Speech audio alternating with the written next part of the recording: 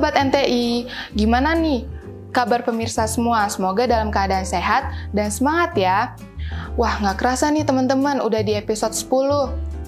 Kita episode yang terakhir, yang tayang di YouTube channel Unai TV. Oke, kali ini kita akan membahas pembahasan yang agak berat nih teman-teman dari pembahasan yang sebelumnya. Ditemani oleh saya, Donna Patricia Manulang, dari Fakultas Ilmu Keperawatan, dan ditemani oleh teman-teman di sini, narasumber yang cantik dan cakep-cakep. Boleh perkenalan nggak? Oke, halo, perkenalkan nama saya Gladys Limasa. Saya dari Fakultas Keperawatan Profesi Nurse. Oke, halo Kak Gladys. Halo. Dan kakak di sini? Halo semua, aku Sarah Auditia Melody, S1 Keperawatan tingkat 2. Oke, kita balik lagi nih sama pembahasannya. ISPA. Terdengar asing sih di telinga aku, mungkin terdengar juga asing sama pemirsa semua.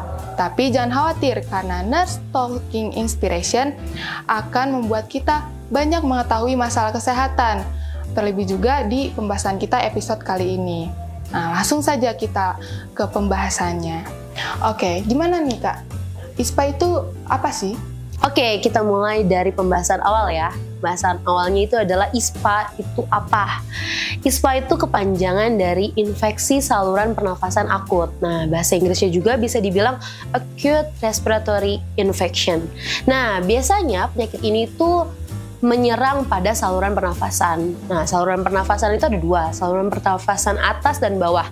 Nah, kebetulan peradangan ini tuh terjadi nggak hanya di atas, tapi bisa juga sampai bawah. Makanya bisa dibilang ada terbagi 3 jenis ISPA. Apa aja tuh Kak? Nah, itu kayaknya kita bahasnya nanti nggak sih? Nanti? Iya. Oh, nah, tapi aku pengen jelasin dulu, ISPA ini tuh sebenarnya terjadi dikarenakan beberapa faktor. Contohnya yang pertama itu dari bakteri, virus, dan jamur. Nah, terjadinya ini biasanya kurun waktunya hampir 14 hari. 14 hari? Iya, 14 hari itu dimana proses awal terjadinya infeksi, tertularnya agen, lalu terjadinya infeksi, peradangan, dan terjadi proses penyakit tersebut. Nah, kita bisa mungkin lebih jelasin lebih dalam lagi tentang penyakit ISPA ini. Nah gitu ya teman-teman, jadi ISPA itu infeksi saluran pernapasan akut. Nah Kak, kalau gejalanya tuh kayak gimana ya? Kemarin tuh aku sempet yang namanya batuk kering, terus juga pilek, itu termasuk gejala ISPA atau bukan? Ya, itu salah satu dari gejala ISPA, tapi jangan langsung kalau misalnya kita lagi batuk, terus kita langsung nyimpulin, oh aku kena ISPA nih, karena gejala ISPA itu sebenarnya ada beberapa. Yang pertama ada demam, terus dia bisa batuk, pilek, habis itu kadang juga suka nyeri di tenggorokan, terus juga kita bisa sesak nafas dan bisa timbul suara mengi. Oh, mengi ya? Mengi itu kayak gimana Kak? Mengi itu biasanya kita sebut dengan bengek. Oh iya, kayak tahu. ngik gitu kalau bernafas. Jadi bukan berarti aku kemarin batuk, pilek, kering gitu jadi ISPA ya? Bukan. Oke, kalau klasifikasinya nih Kak, kayak gimana ISPA? Oke, kita sekarang masuk ke klasifikasi ISPA ya. ISPA ini klasifikasinya terbagi 2. Yang pertama itu kita bahas mengenai pneumonia. Klasifikasi pneumonia dan non-pneumonia. Yang pneumonia ini biasanya terjadi pada saluran pernafasan bawah. Terjadinya gejala-gejala seperti sesak nafas, atau bisa sesak nafas itu ditandai dengan pernafasan yang cepat. Contohnya kayak kita ini manusia yang dewasa ya, nafas itu batas normalnya 18. Nah, kalau seandainya terjadinya ISPA pada sistem pernafasan bawah bisa melebihi dari 20 kali per menit gitu. Nah, untuk ISPA klasifikasi kedua yaitu non-pneumonia, biasanya itu hanya terjadi pada batuk dan pilek saja. Itu biasanya baru peradangan pada sistem pernafasan atas. Begitu.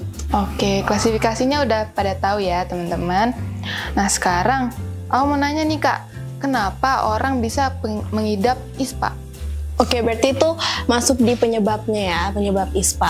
Nah, seperti tadi yang udah disinggung Kak Gladys sedikit, penyebabnya ada virus dan bakteri. Nah, virusnya ini bisa berupa virus Haemophilus influenza, terus virus influenza yang biasa menyerang kita, makanya kita jadi flu. Lalu ada Streptococcus dan ada Staphylococcus. Lalu yang kedua ada alergen spesifik. Nah, alergen spesifik ini dapat berupa debu, terus asap, lalu suhu yang panas dan suhu yang dingin. Lalu yang ketiga ada perubahan cuaca dan lingkungan. Nah, perubahan cuaca ini yang kita alami sekarang nih, kadang-kadang cuaca sekitar kita ini panas terik, terus tiba-tiba hujan. Nah, itu salah satu ya berubah. Itu salah satu penyebab kita dapat terinfeksi ISPA. Lalu yang keempat ada aktivitas. Nah, bukan berarti kalau dibilang aktivitas ini salah satu penyebab ISPA, bukan berarti kita langsung nggak mau nih melakukan kegiatan apapun. Nah, maksudnya di sini kita terlalu banyak melakukan kegiatan sehingga kadang kita suka lupa gimana sih daya tahan tubuh kita ini, kita masih sanggup atau enggak. Jadi terlalu lelah gitu ya. Lalu yang terakhir ada asupan gizi yang kurang. Nah, asupan gizi yang kurang, kalau makan banyak tuh gimana, Kak? Kalau makan banyak, belum tentu gizi kita ini terpenuhi, Kak. Mungkin kita makan banyak, tapi yang kita makan itu mie instan. Di situ nutrisinya apa? Jadi kalau misalnya kita mau gizi terpenuhi, harus ada karbohidrat, protein, vitamin, terus serat. Nah, itu baru lengkap. Oke, jadi bukan berarti kalau kita makan banyak terus gizi kita terpenuhi ya, harus ada nutrisi-nutrisi yang lain yang melengkapi. Oke, nah Kak, aku mau nanya, tadi kan Kakak ada bilang nih, perhatian khusus ISPA itu ada di radang paru atau yang kita sebut pneumonia. Nah, gejalanya tuh ada apa aja? Oke, kita sekarang mau bahas lebih dalam lagi nih. Tadi udah sempat dibahas mengenai tanda dan gejala ISPA. Sedangkan gejala ISPA sendiri terbagi 3. Yang pertama ISPA ringan, ISPA sedang, dan ISPA berat. Biasanya kita bahas yang pertama ya, ISPA ringan itu hanya pada batuk, pilek, dan demam saja. Demamnya itu biasanya tuh hanya sekitar sampai 37 derajat aja. Itu biasanya kalau ISPA-nya ringan. Ya. Sedangkan kalau kita bahas mengenai ISPA yang udah sedang nih gejalanya, itu masih tetap ada batuk pilek, demam juga ada, tapi demamnya ini biasanya lebih dari 39 derajat. Itu biasanya kalau untuk anak-anak tuh udah menggigil ya, bisa juga sampai kejang atau kejang demam. Udah makin parah ya? Iya, udah makin parah. Nah, biasa juga ini akan ngefek ke tenggorokan. Biasanya tenggorokan itu kalau kita lihat pakai senter, itu biasanya tuh daerah tenggorokan itu udah merah banget. Nah, itu tanda bahwa terjadinya peradangan pada sistem pernafasan atas. Nah, habis itu selain tenggorokan, biasanya di telinga. Telinga tuh udah kerasa sakit atau enggak seringkali kerasa kayak apa ya, bunyi berdenging gitulah, seperti kayak gitulah. Berdenging dan akhirnya jadi ngefek ke sakit kepala. Nah, kenapa bisa sampai ke sakit telinga? Karena sistem pernafasan itu kan nyambung ya. Ada, kita bisa sering bilang THT. Telinga, hidung, dan tenggorokan. Makanya kalau salah satunya bermasalah, pasti nyambung salah satunya lagi. Nah, tambah lagi biasanya kalau untuk ISPA di gejala sedang ini ditambah lagi dengan fast breathing. Sama ya kayak tadi di awal udah dijelasin. Kayak contohnya anak-anak sih lebih kelihatan banget ya anak-anak. Biasanya nafasnya juga lebih cekung karena dia ngerasa sesak nafasnya itu. Nah, kita bahas lagi untuk gejala ISPA yang beratnya. Sebenarnya masih sama, jadi jatuhnya itu kayak berurutan ya. Tapi ada tambahan lagi. Kalau untuk di ISPA berat itu biasanya tambahannya itu adalah cyanosis. Cyanosis? Ya, cyanosis itu apa ya? Nah, cyanosis itu biasanya sering dibilang kekurangan oksigen di dalam tubuh manusia. Nah, kenapa bisa kekurangan oksigen? Karena paru-parunya aja kan lagi sakit nih, lagi bermasalah. Jadi dia nggak bisa nge-supply dia punya oksigen ke seluruh tubuh. Nah, ditambah lagi biasanya dikarenakan cyanosis, ISPA berat ini bisa menyebabkan terjadinya penurunan kesadaran. Bahkan bisa ya kalau seandainya untuk pasien-pasien atau orang-orang yang memiliki riwayat penyakit pada sistem paru, contohnya kayak asma, PPOK, atau TB, itu bisa bermasalah sampai ke ruang ICU gitu. Waduh, bahaya banget ya teman-teman. ISPA itu ada yang ringan, ada yang sedang, ada yang sampai berat tadi ya. Iya, betul. Oke, kalau cara penularannya sendiri gimana tuh, Kak? Oke, cara penularan yang utama itu melalui droplet. Tahu nggak droplet apa? Apa tuh Kak?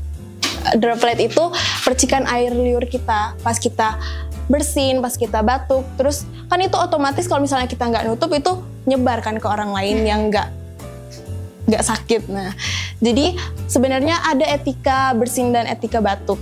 Gimana kalau misalnya kita bersin, kita harus tutup mulut kita pakai tangan atau tisu, atau enggak kita bisa menutup mulut kita dengan lengan kita.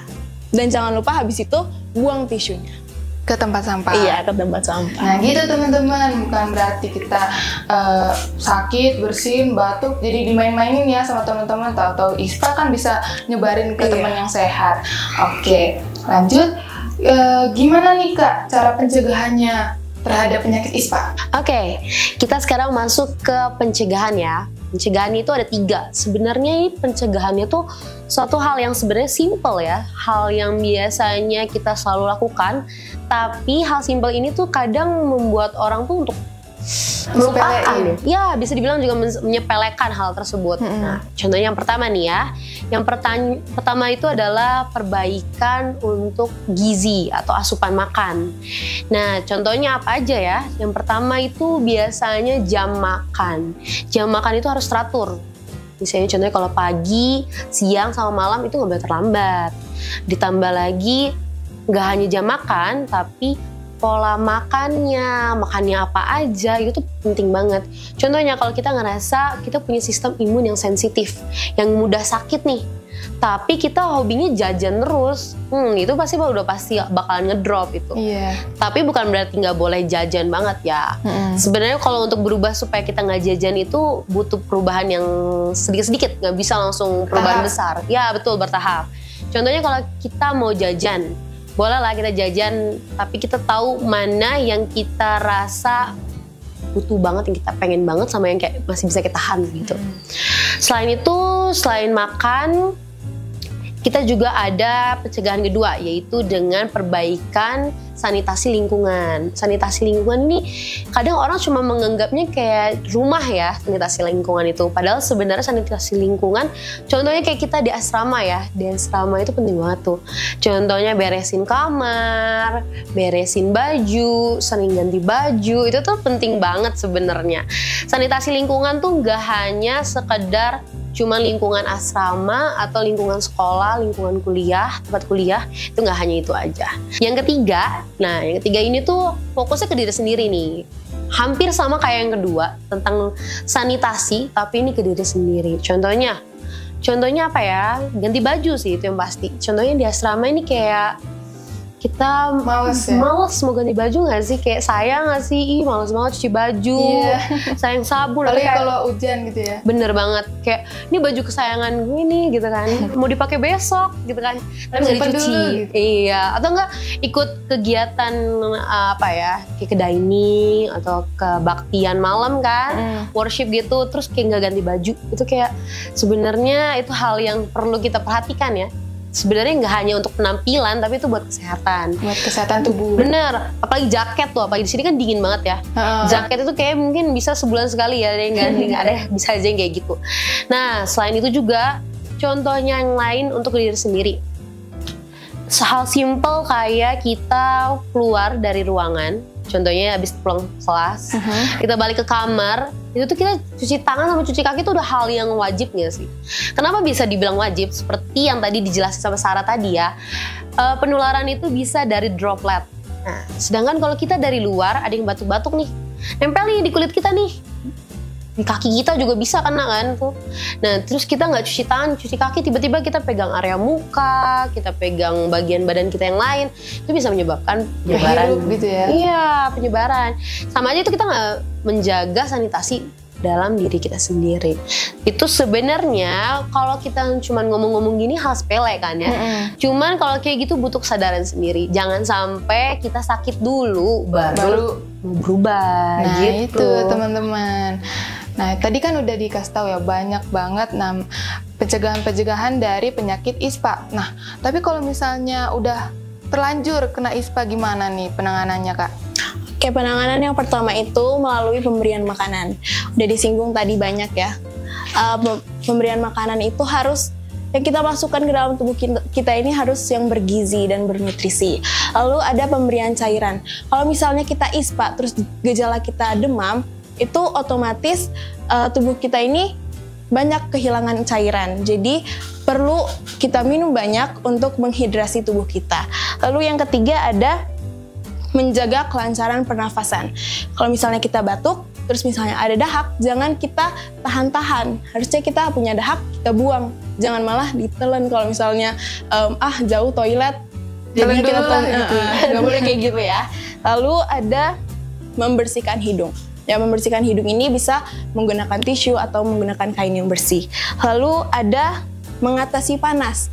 Nah, kita sering ya melakukan kalau misalnya kita panas atau teman kita panas, kita bisa kompres. Kompresnya ini pakai air hangat.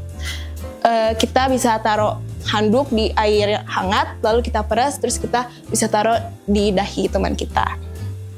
Oke, gitu ya teman-teman caranya menangani kalau kita udah terlanjur kena ISPA.